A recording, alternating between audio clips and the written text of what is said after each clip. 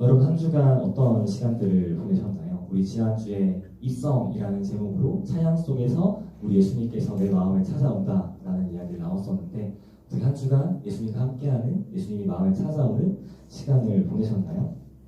오늘 본문의 말씀은 그렇게 예루살렘에 찬양을 타고 입성하신 예수님께서 많은 일을 하시다가 십자가에 달리시기 전날 이제 그 전에 이제 예수님에게 향유를 부은 한 여인에 대한 이야기가 나옵니다. 혹시 여러분은 보물이라고 말할 만한 것들이 여러분에게 혹시 있으신가요? 여러분 어떤 소중한 일기장이 될 수도 있겠고 어떤 첫 월급으로 열심히 돈 모아서 산 첫 차가 될 수도 있을 거고 어떤 여러분만의 보물이 있을 수도 있다고 생각하는데요. 저에게 그런 보물이 있는지 한번 생각을 해봤습니다.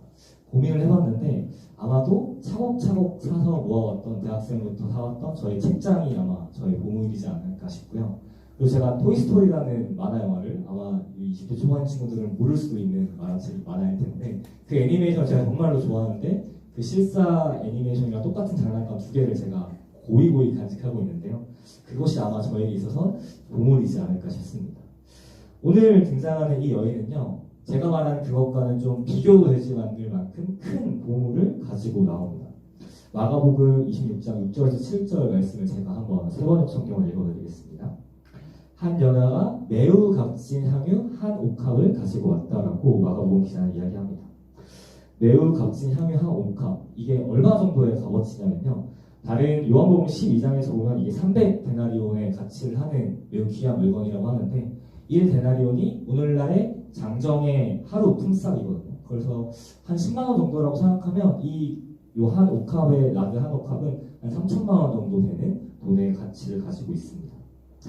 여러분 아마 많은 설교를 들어서 알고 계실 텐데 이 옥합은요 그냥 비싼 물건 정도의 수준이 아니라 그 여자가 자신의 결혼 지참금으로 차곡차곡 모아온 것입니다.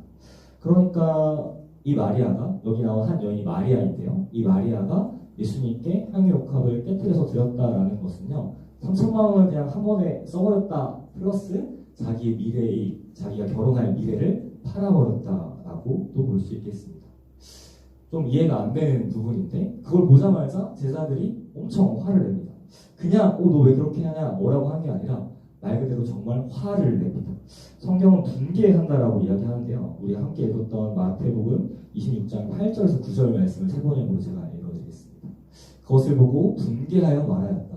왜 이렇게 낭비하는 거예요? 이 향유를 비싼 값에 팔아 가난한 사람들에게 줄 수도 있었을 텐데요 라고 말합니다. 제자들이 분개하면서 정말로 막 열이 받고 화가 나서 이렇게 이야기했다고 성경은 이야기합니다. 여러분은 제자들의 이 반응을 보고 어떻게 생각이 드시나요?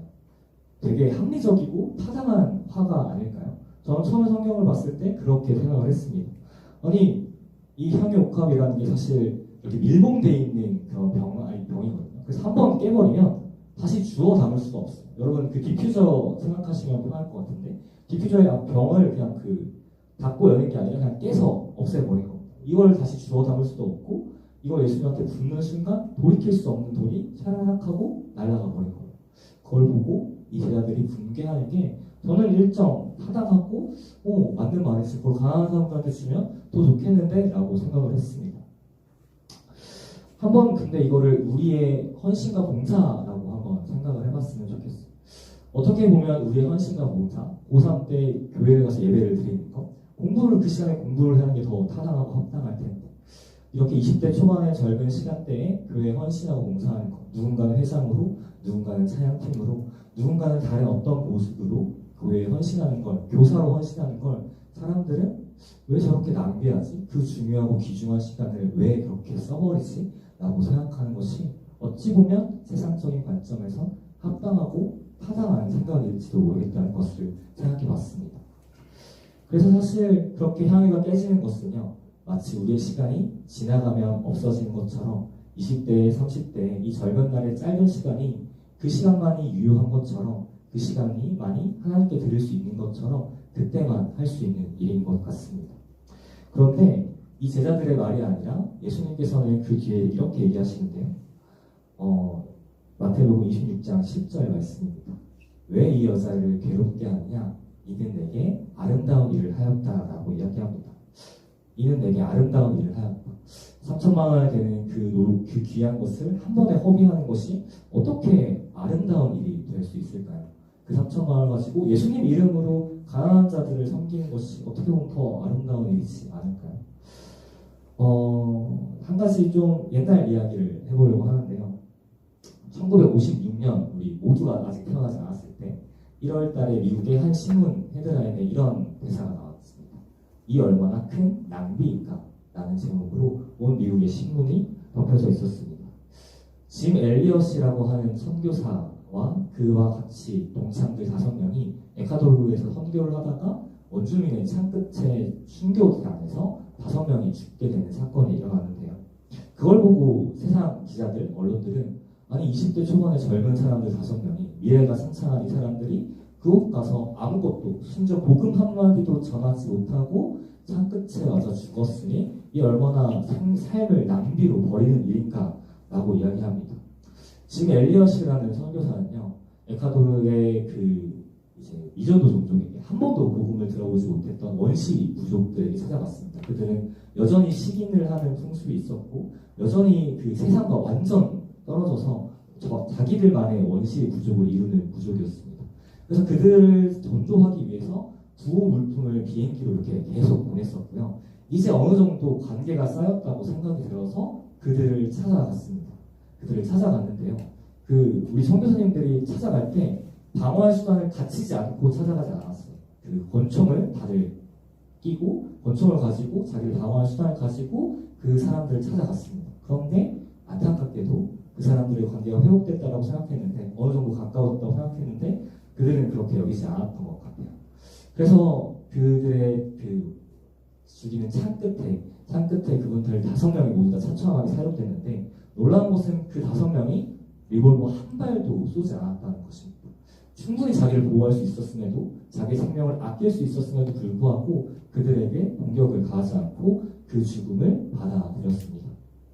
그래서 그걸 보고 많은 언론들이, 많은 미국의 사람들이 이게 얼마나 큰 낭비인가, 그 미개한 부족인들 때문에 이 유망한 5명의 미국인들이 죽는 것이 그 생명이 얼마나 큰 낭비인가 라고 이야기를 했습니다.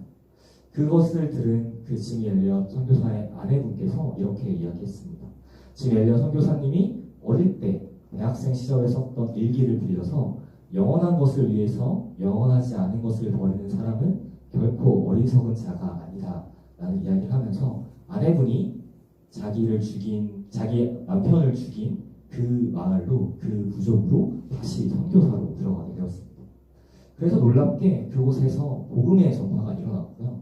그리고 훗날 그 선교사 짐 엘리엇을 창끝으로 죽인 사람의 아들이 목사가 되어서 함께 복음을 전파하고 그분이 한국에 오셔서도 간증을 했었던 사건이 있습니다. 이처럼 교회 역사는요, 어떻게 보면 세상에서 보면 낭비하는 일들로 가득합니다. 왜 저걸 저렇게까지 하지? 왜 저 생명을 저 가치 없는 것에 쏟아붓지? 라는 이야기를 합니다.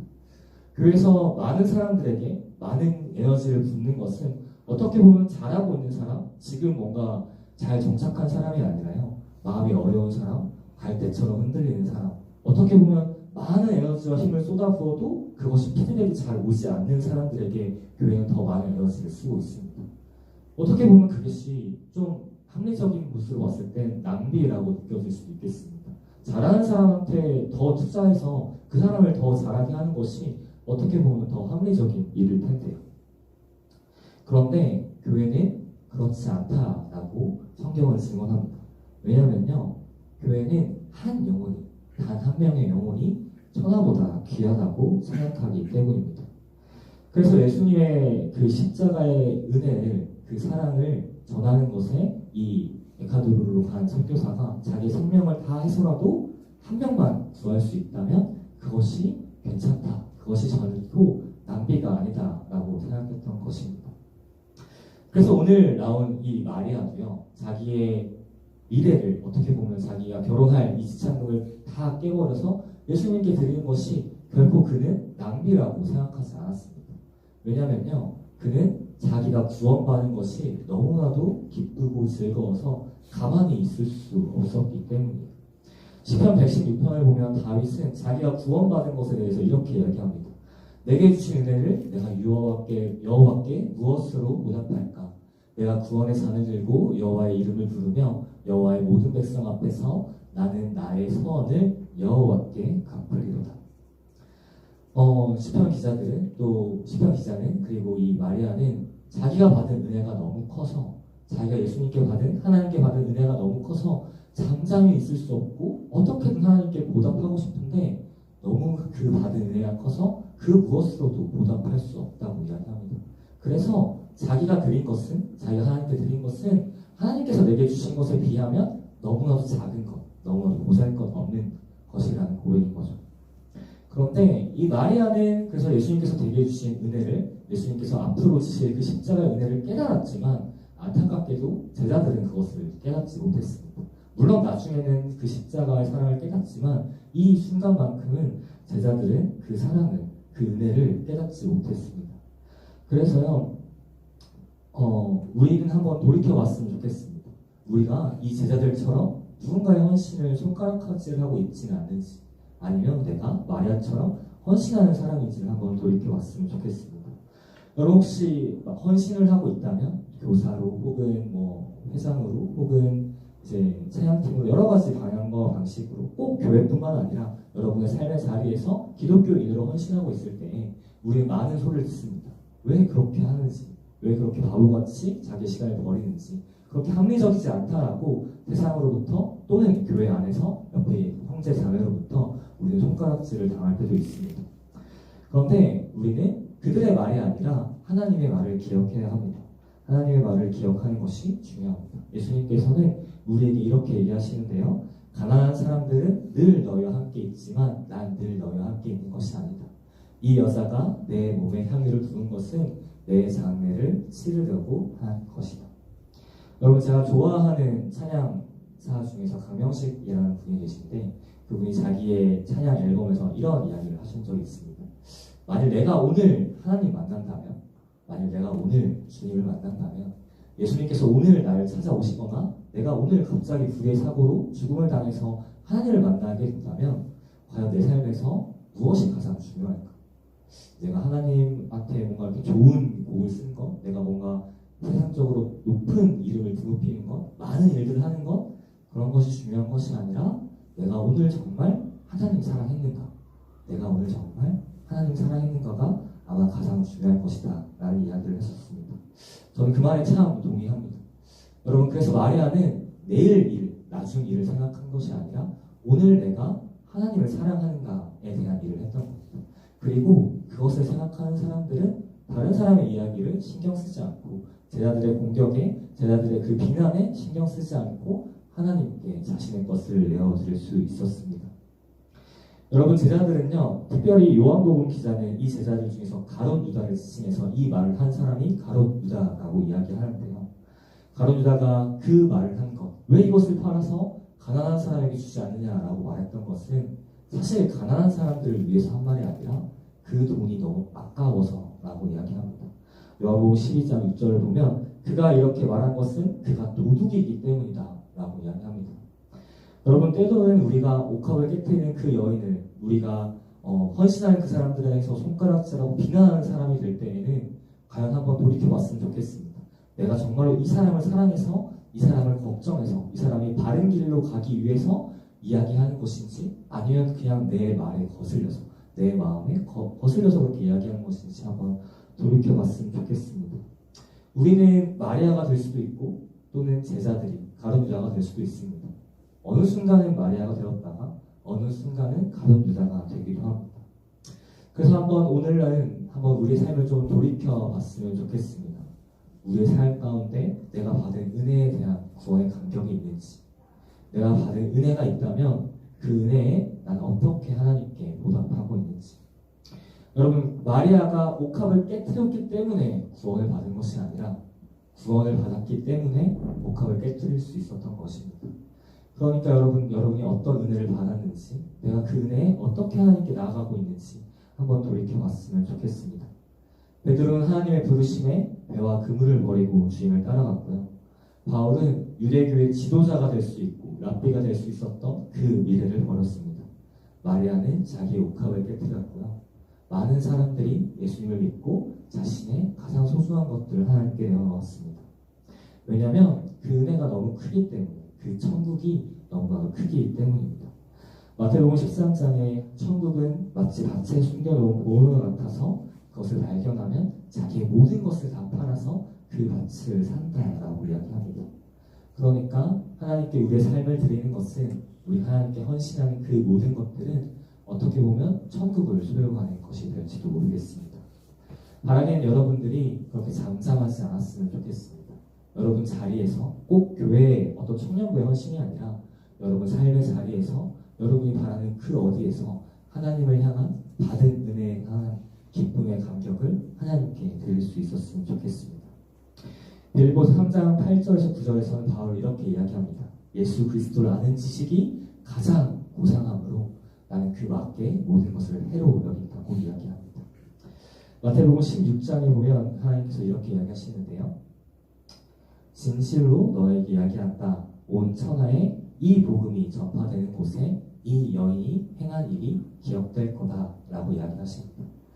여러분의 헌신과 섬김이, 여러분이 하나님께 드렸던 그 많은 것들이 어떻게 보면 보잘것없게 보일지도 모르고 아무도 알아주지 않는 것처럼 보이는 순간들도 있지만, 기억해야 될 것은 하나님께서 기억하신다는 것입니다. 그리고 하나님께서 말씀하셨듯이 온 천하에 우리가 천국에 올라가는 그 순간에 가장 귀한 것으로 하나님 앞에 기억될 것입니다. 어시 함께 찬양하고 또 기도했으면